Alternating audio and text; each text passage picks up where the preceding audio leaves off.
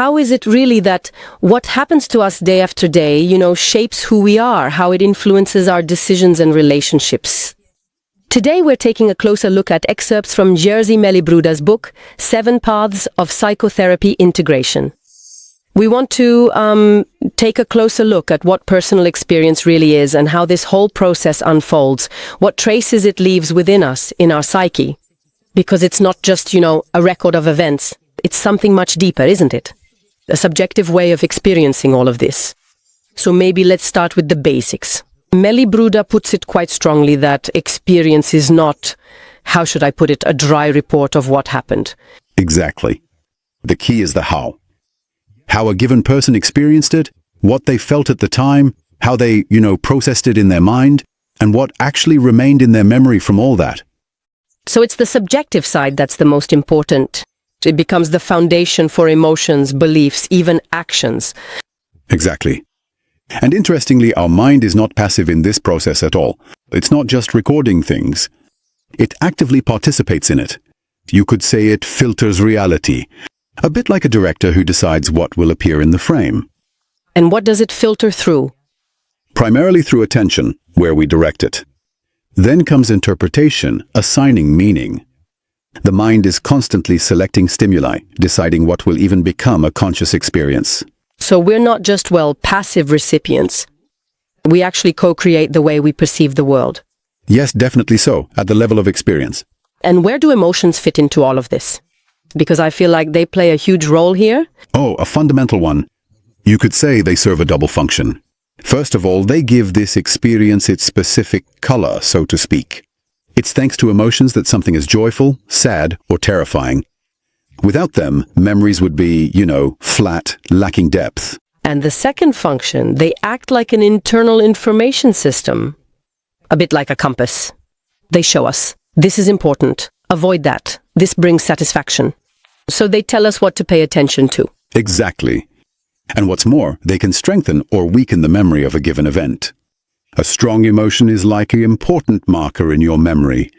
That's why sometimes we remember some completely trivial thing, but charged with emotions, and we forget something objectively important, but, emotionally bland. Exactly. Emotions work like an anchor.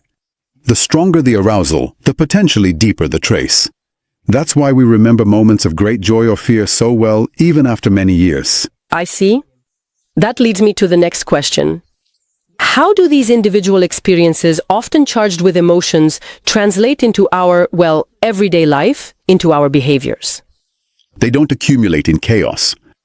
Over time, they sort of organize themselves, forming certain patterns, schemas. Mellibruda writes about this. Schemas of thinking, including reacting. Yes, thinking, feeling, but also acting, entering into relationships.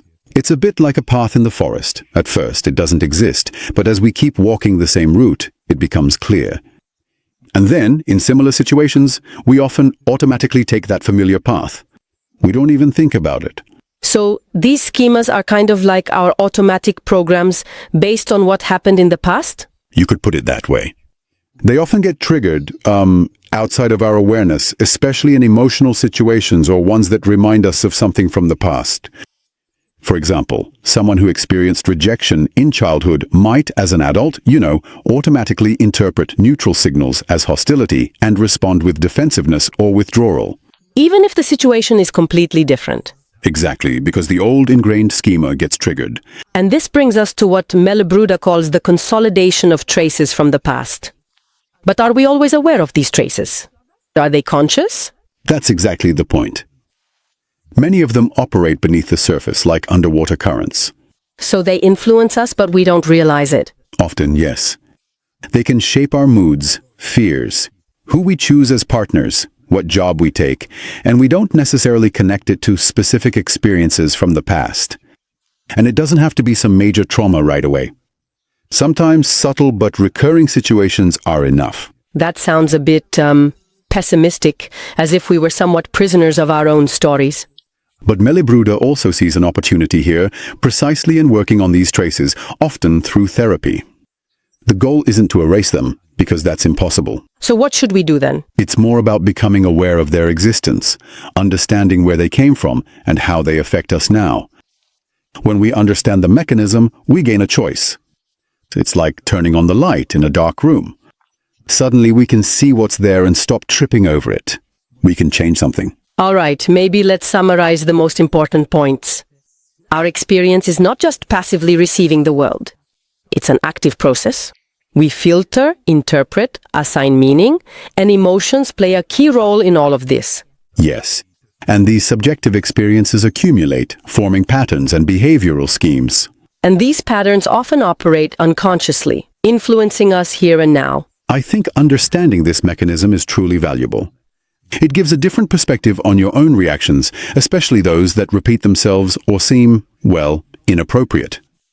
It shows how the past continues to resonate in the present, how it is inscribed within us. So, to wrap up, maybe we'll leave our listeners with a question for their own reflection. What echoes of past experiences, perhaps completely unconscious, might be influencing the way we perceive ourselves, others, and the world today? What hidden traces might be guiding our choices?